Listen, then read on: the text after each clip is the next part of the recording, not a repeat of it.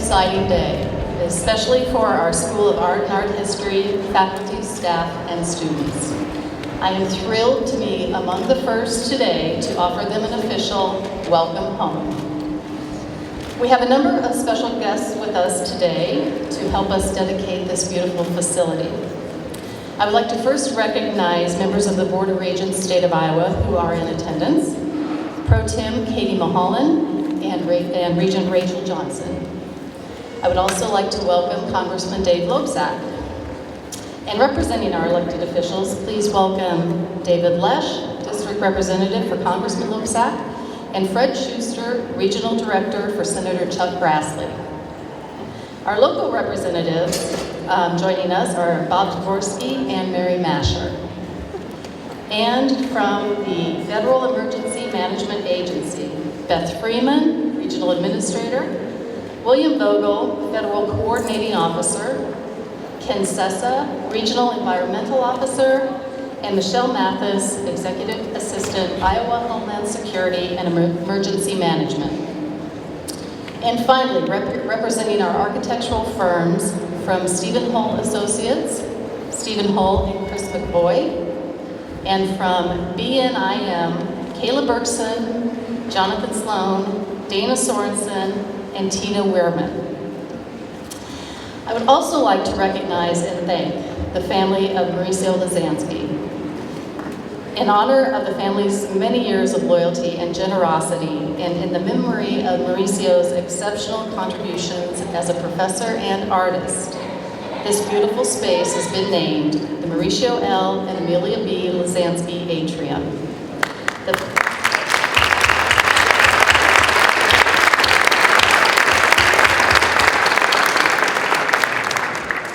The family recently donated one of Mauricio's large-scale works and was placed here in the atrium just last week. So we are incredibly grateful for the family's dedication and feel that the naming of this atrium is a fitting tribute to Mauricio's artistic legacy. I would also like to thank other lead donors to this project, Larry and Rita Hunter, who are here today, the Darrell H. Ruttenberg Foundation, and the University of Iowa Community Credit Union. My foundation colleagues and I have the privilege of working with many devoted alumni and friends who have been so passionate about helping the School of Art and Art History rebuild after the flood. Truly, the partnership among all of those donors, FEMA, the state, and the university has been essential in getting us to this extraordinary moment. So thank you.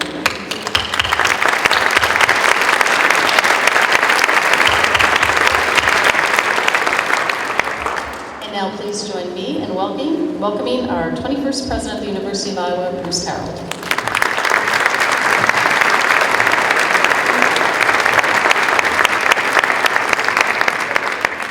Wow, thank you, Jackie. It's wonderful to see all of you here. I've been through this building several times in the last few months, and I've been lonely. It's great to have this crowd. Thank you for coming. The university has long been a national leader in the fine arts and a creative center for the entire state as well as the world. But this spectacular new visual arts building, the special innovative design is integral to the visionary academic programming and creativity and activity that our artists take within these walls. The building's social spaces will enhance the interaction of faculty, staff, and students as they pursue their passions. A recent headline I saw, I believe yesterday, in one of our local newspapers said, "This building has art inside and out." And I must take an exception to that, as I mentioned to our lead architect a few minutes ago. It's not just inside and out. It oozes art. It's not just on the surfaces, it's inside. It's just screaming at me in so many different ways. All of this minimalist structure is already starting to see the great passions of our faculty, staff, and students. This is art. This is the University of Iowa. We wouldn't be here without, as Jackie reminded us, the support of so many. And I just also would like to thank them. Our Board of Regents have been crucial been key partners in so much in the recovery here over the last several years. Our local legislative delegation, all members of the Iowa General Assembly, and the governor have been extraordinary in their support and belief in us. We thank them for their continued efforts and support of all that we do. I'd also like to thank former Governor Chet Culver. He provided crucial leadership as we dealt with the flood, its aftermath, and the beginning of our renewal process here on campus. Our federal representatives have also played a critical role in our recovery and rebuilding our campus. We're honored that Congressman Lobsek, Dave, is here with us today. In addition to our elected leaders, we also express our deepest gratitude to the state of Iowa's Department of Homeland Security and Emergency Management, led by Mark Scouten, as well as the federal FEMA representatives who are with us today. They helped make our way through the flood of 2008 and this vitally important rebuilding of our campus. In fact, we're honored once again to have Beth Freeman here from FEMA. I'll turn the podium over to her in just a moment. I'd also like to thank Director of Design and Construction Sadie Greiner, Associate Director of Design Management Chuck Whelan, along with fellow facilities management staff who are constant, vigilant, and important contributors to the entire flood recovery efforts. I would also like to make special mention of members of our team, Doug True.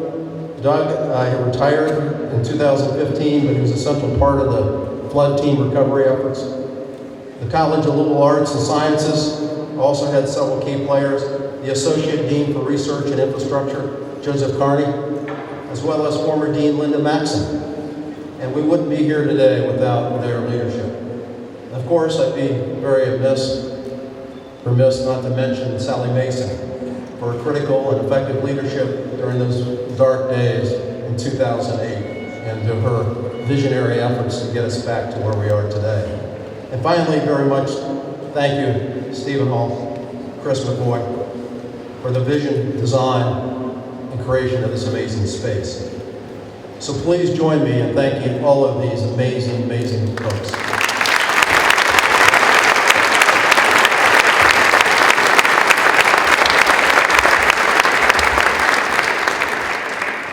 I mentioned Beth Freeman from FEMA. She and I were on the podium 3 weeks ago as we did the same thing for Hampshire. At that time I said, Beth, I hope I don't see you again under these circumstances. And little did I know that I do want to see you again, and I'm so glad that you're here. And in fact, I'll see you again in a few weeks. Beth, please take the podium. Thank you ever so much for your leadership.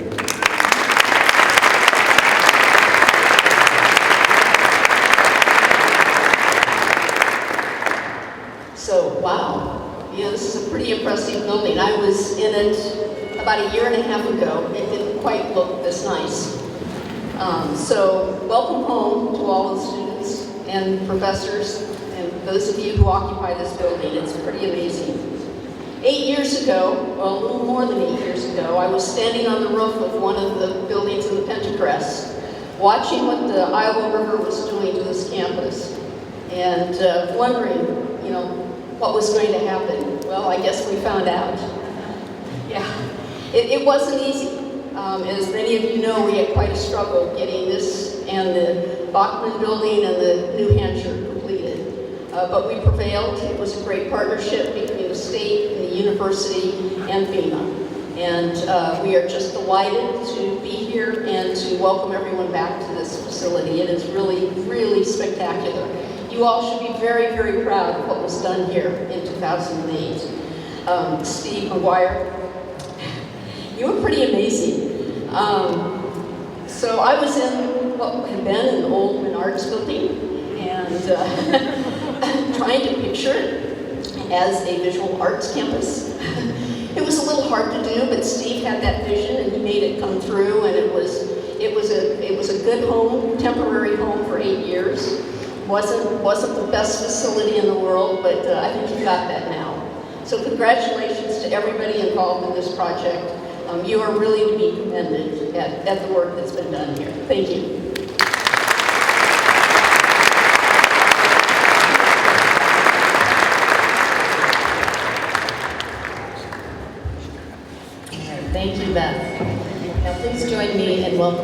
Congressman Dave Loebsack.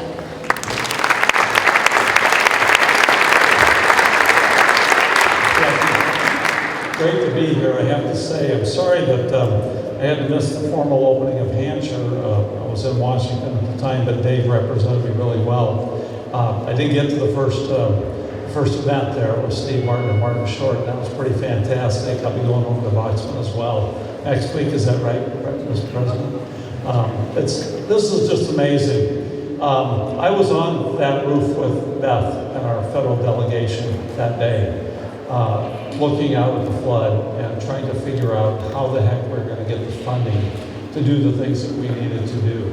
Prior to that day, though, I was with Steve McGuire down by the river doing what we could to make sure that as many people got as much out of their houses and all the rest as possible. And that's when I first met Steve. I mean, he has at least as much energy now as he had then, and we're both a lot older now. We're not getting any younger through all this. But this is just amazing, you know. I'm not expert enough to talk about the art part of this and all of that, right? I'm a PhD in political science, I'm an MFA. But I can only imagine what's going to happen here now and how welcoming it's going to be for so many students from Iowa, from around the world for that matter as well.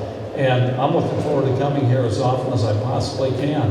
But I do want to thank Beth as well. I want to thank FEMA, and I want to thank all the folks that President Harold mentioned, because we couldn't have done this without help from the different levels of government, without help from the relevant federal agencies, FEMA in particular. And we couldn't have done it if it hadn't been on a bipartisan basis. So please give my best to Senator Grassley, if you would, Fred too. We all pitched in, we all helped, and we all did what we could do. When this first happened, I think that everyone was so overwhelmed, and Sally Mason among them, and she deserves a tremendous amount of credit for this as well, as President Harold said. When this first happened, we were just so overwhelmed, people just didn't know where to start. I mean, there was so much damage done to this campus, and it happened just so quickly that no one really understood exactly where to go from that moment. But the community came together, people pitched in the short term and in the longer term. We worked the system, if you will, worked through the system to make sure that we got the appropriations we needed, initial appropriations in June, and then a bigger 3.8 appropriations later on through the process. And Senator Harkin was very helpful on that, and that part of it, as Beth knows all too well. And then over the years, we kind of had to fight from time to time to make sure that these projects stayed on track, because this is what we had to do for the University of Iowa, for the students, for the faculty, for the workers here, for the larger community that the University of Iowa serves.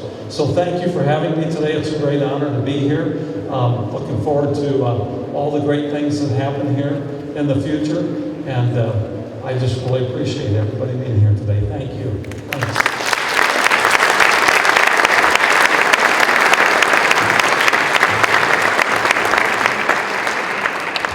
Congressman.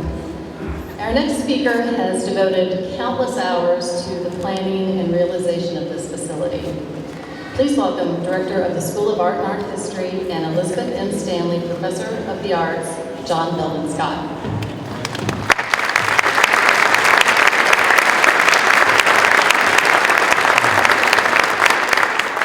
Thank you, Jackie. When we dedicated Art Building West across the way in 2006, we were happy to imagine it a once-in-a-lifetime event. But just 2 years later, we had 3 feet of water on the main floor. Thanks to the efforts of the university administration and its partners, in 2012, we were happily able to rededicate that building. Now here we are today, about to experience a once-in-a-lifetime event for the 3rd time. In dedicating the Visual Arts Building, we are therefore witnessing the power of an idea and its architectural expression across 80 years in the life of our campus. It's not known exactly when President Walter Jessup and Graduate Dean Carl Seashore formulated their project to institutionalize an emphasis on the arts at Iowa. But for sure, that had its earliest architectural manifestation in the 1936 art building, still standing on the banks of the Iowa River. This was the first bricks and mortar appearance of the Iowa idea, achieved right in the middle of the Great Depression. That took a huge institutional commitment, and it brought national recognition to the UI as a center for both the practice and the study of the visual arts. By the 1990s, however, that building was no longer adequate to the needs of a ranking school of art. And Dorothy Johnson, our director at that time, conveyed this concern to the UI administration. That initiative came to fruition in Art Building West, which opened 70 years after the original art building, and which represented a restatement of the Iowa idea. And now, 10 years after that, here we are in the most recent iteration of this unstoppable idea. 1936, 2006, 2016, these dates demonstrate the momentum of a great idea that neither depressions nor floods could arrest. That idea and its architectural heritage have now spanned 20 generations of undergraduate students. Yet it's not just innovative academic buildings alone, but the faculty, staff, and students who inhabit them that make up a superlative educational institution.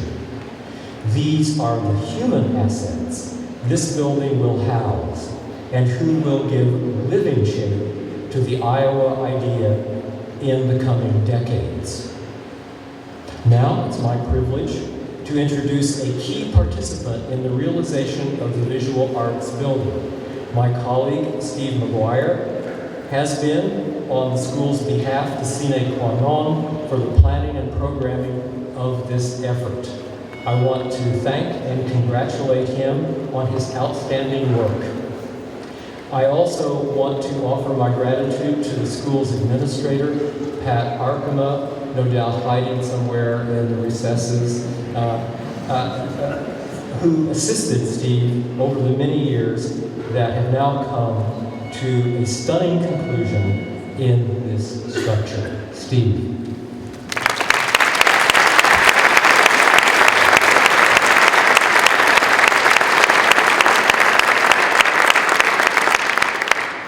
Thank you, everyone, for celebrating this day with us. Huge milestone in the school, the state, and the university. And I could not be not just more happy, but more proud of how this has all come about.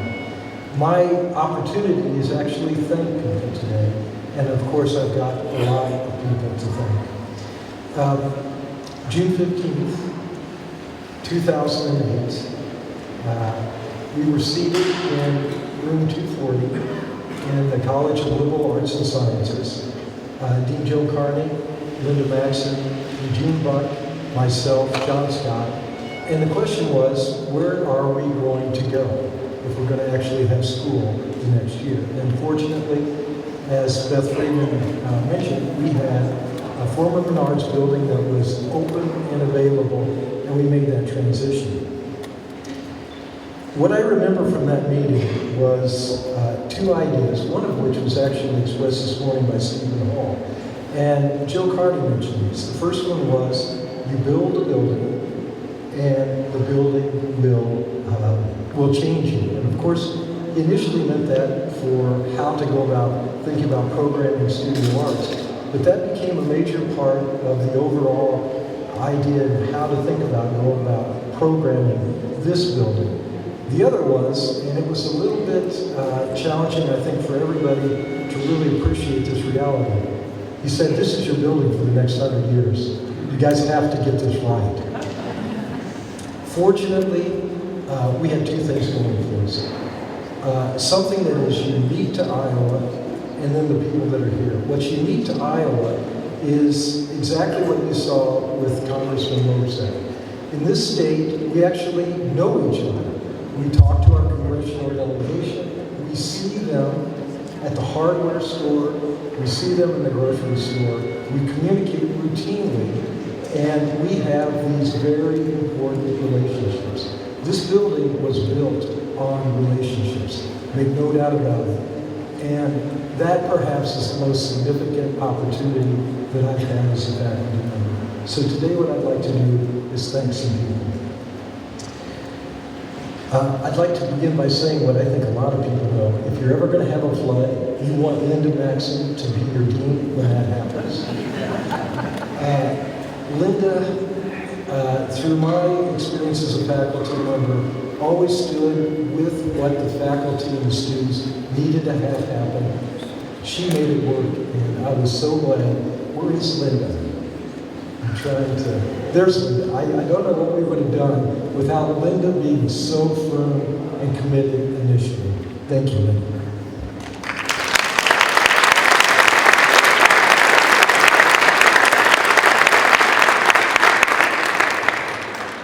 Fortunately, Dean Jalali stepped into a position and understood from the outset just how important the arts are to this university and the identity of the state, and he has seen us through the completion of this project.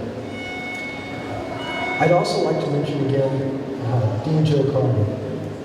Dean Carney has a very unique perceptive ability, has a great deal of persuasiveness.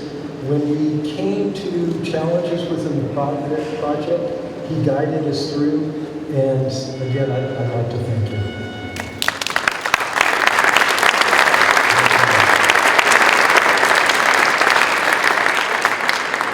All of the folks that I'm going to mention now, in my mind, actually have multi-page stories, and I wish I could tell them. And this evening, I actually will mention some of these anecdotes around people, but for right now, I'd like to thank some of these people. One of the people that was most helpful, our project manager, Beverly Little. Beverly?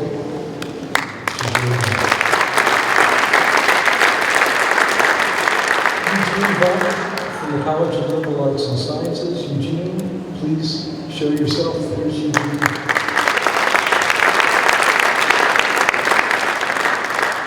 Ron Cruzy, John Sloan, and where is Tom Hilton? Tom Hilton, who is not with me and I am now, but began us on this process. Thank you, Tom.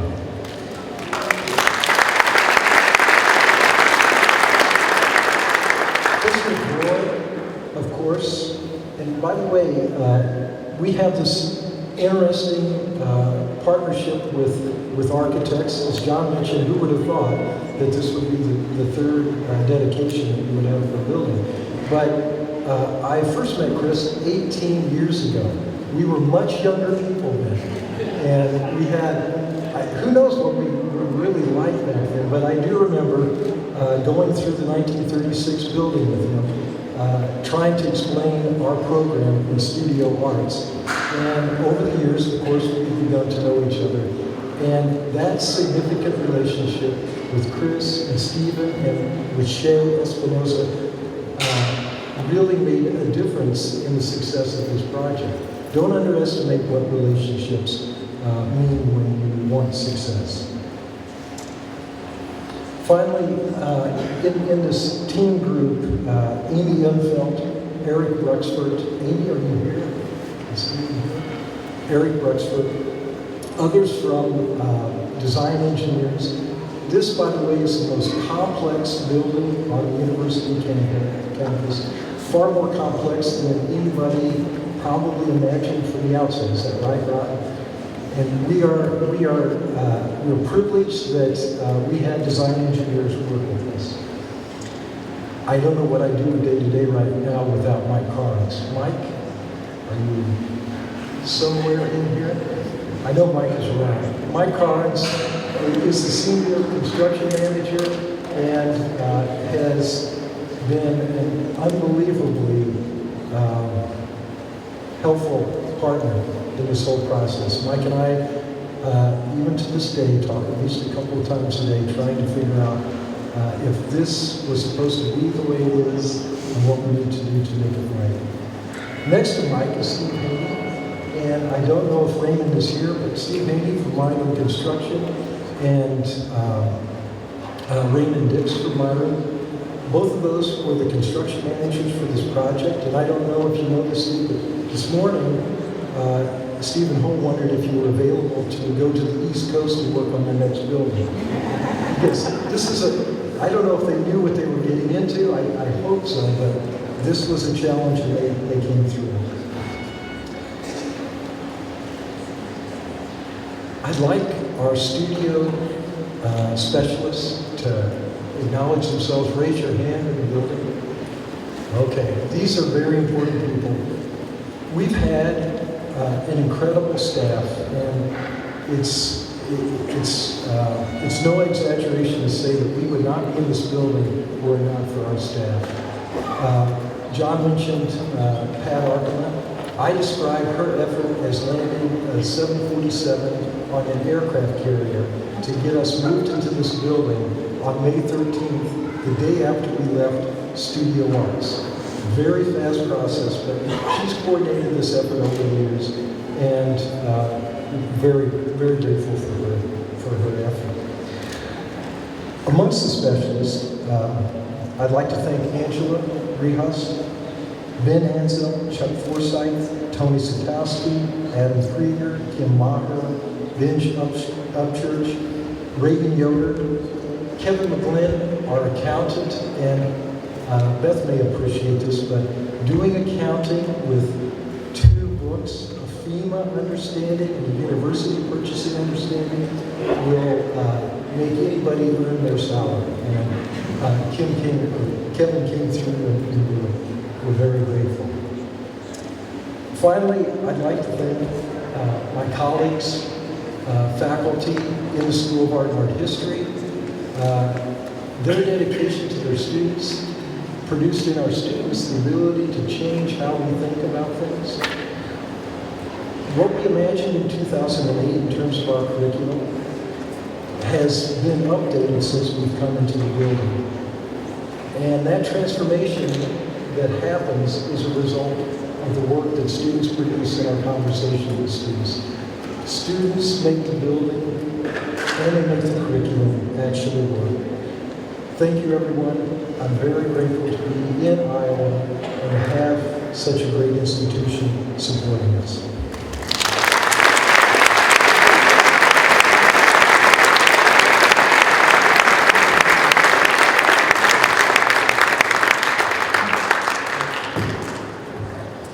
Thank you, and it's my pleasure to now introduce Stephen Holl.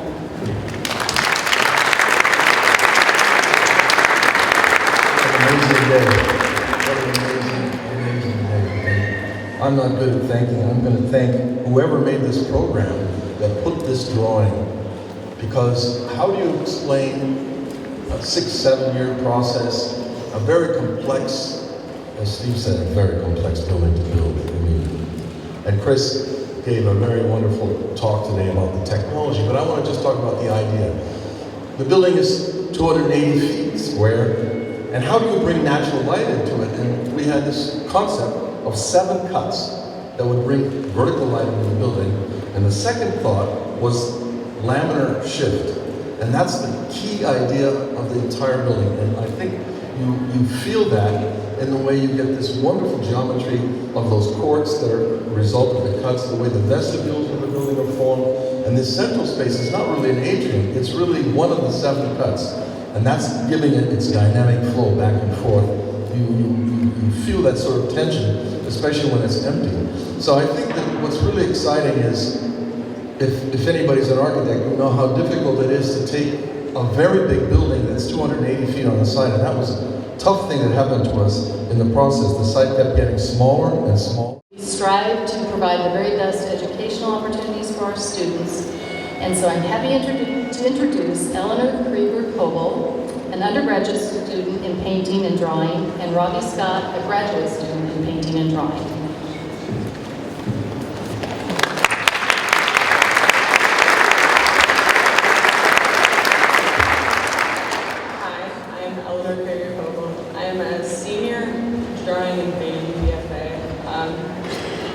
this is my last semester, but I'm so glad that I was able to spend it here. I didn't really expect to be here today. I had no idea what to say. So yesterday, Steve finally convinced me that he would show me exactly what to say. Except it was more me going up to him and saying, I'm terrified and I have no idea what to say. And instead of answering my question of what, he answered it with another question of, how did you know that you wanted to become a painter? And I responded, I've always wanted to be an artist. I lived in Iowa City until I was 5. And at least once a month, more like once a week, my mom would bring my siblings and I to the art museum right across the street, which isn't there anymore. And we basically just looked like little ducks following her around, mostly me because I have white blonde hair. I remember always wanting to go to Iowa to become an artist, just like the ones we saw in the museums. And when my mom asked me what I wanted to become when I grew up, she said, I would reply every single time she tells me that I just wanted to make art. As I grew up, I wanted to become an art teacher because I had the most amazing elementary art teacher. And I wanted to help others become inspired the way that she inspired me. And when I got here, I realized I wanted to become a painting professor. I wanted to be someone who had the ability to change someone's life the way my professors changed mine. I wanted to be able to teach them the beauty of seeing the world and show them that just by simply seeing and recognizing something, that it existed. I always also wanted to let them know that you always need to stay true to who you are and true to yourself in your art. Stay weird, stay crazy, stay a kid. And to help them understand that they themselves could create their own illusion of reality. And now, 4 years after being at the University of Iowa, I've realized that I don't really want to be driven by goals per se anymore. And I don't really want to put a label on something and have an end game to it. Like, I became a professor. Okay, now what do I do?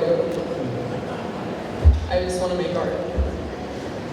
So, and I know many of you probably saw me, just didn't know. If you ever saw that little white-haired girl following your mom like a duck, you can know that she came and became exactly what she wanted to be. Thank you.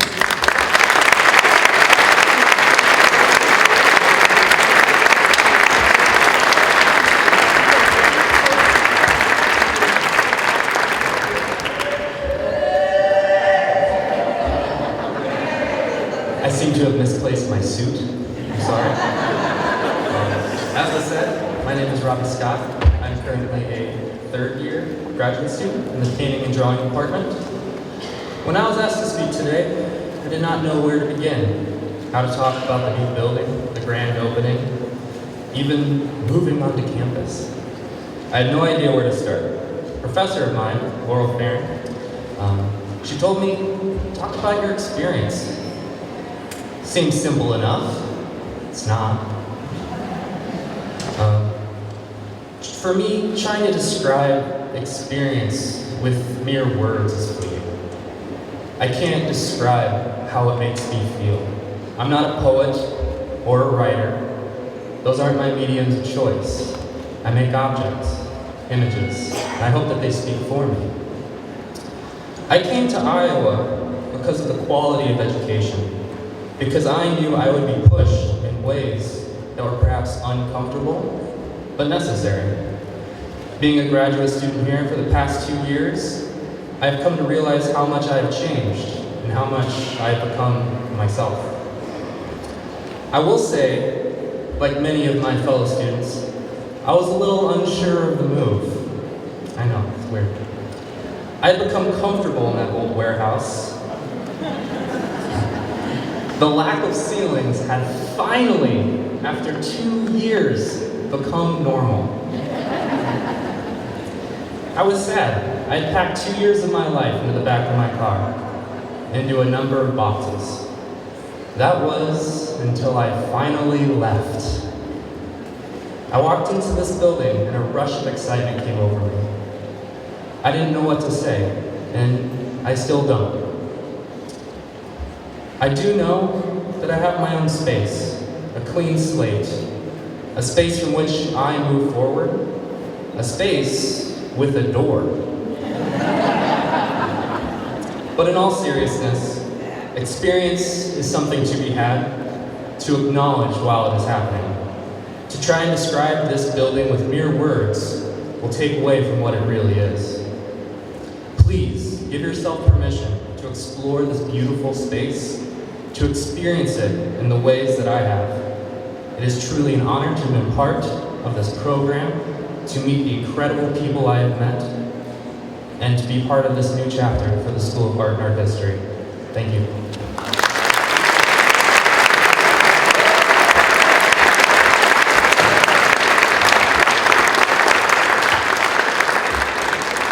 Well, thank you, Eleanor and Robbie. And I'd like to also note that the pieces behind the podium are pieces that Robbie has been working on this semester. So just an example of some of the wonderful work that's happening in this space.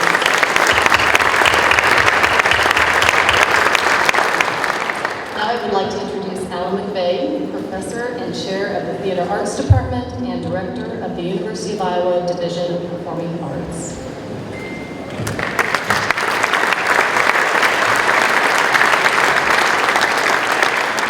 I'd like to thank John Scott for his including the Division of Performing Arts in our celebration today. His invitation is really just one of so many ways that the School of Art and Art History is reaching out to theater, to dance, to music, to all the units that are in the digital arts field, to participate here with their school in creating something surprising and beautiful. This generosity of spirit is what brings us all together to look toward the future. We have a very brief performance for you now. To start, you have to use your imaginations to see me as the artist, hard to do, as the artist Mark Rothko, talking to an intern who's here encountering one of Rothko's paintings for the first time. Look, what do you see? Wait, stand closer. You've got to get close. Let it pulsate. Let it work on you. Closer. Too close. There. Now, let it spread out. Let it wrap its arms around you. Let it embrace you, filling up your peripheral vision so that you can't see anything. You can't see anything that used to be. You can't see anything that will be. Let the art do its work. But work with it. Meet it halfway, for God's sake. Lean forward. Lean into it. Engage with it. Now, what do you see? No, wait. Be specific. Be exact. Be sensitive. You understand? Be kind. Be a human being. That's all I can say. These works deserve compassion, and they live or die in the eye of the beholder. They quicken only if the empathetic viewer will let them. That is what they cry out for. That is why they were created. That is what they deserve. Now, what do you see?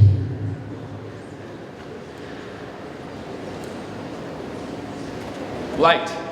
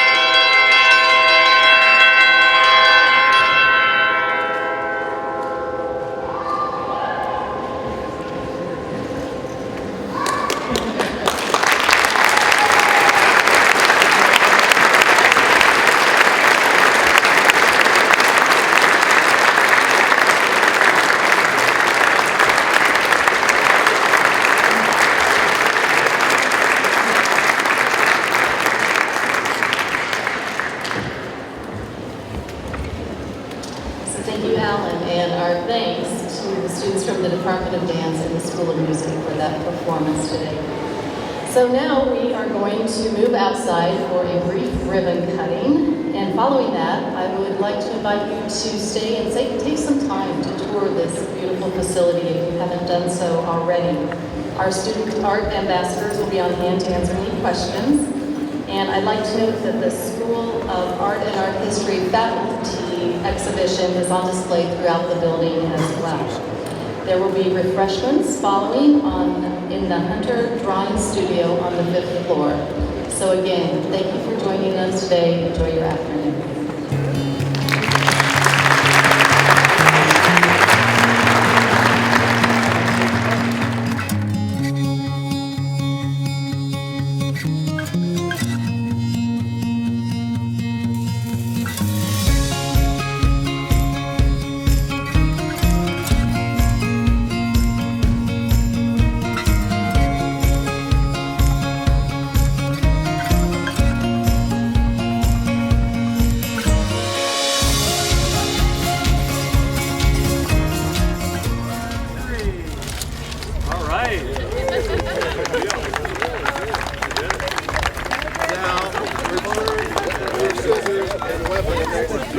We have to have the circle back. We have lots to do.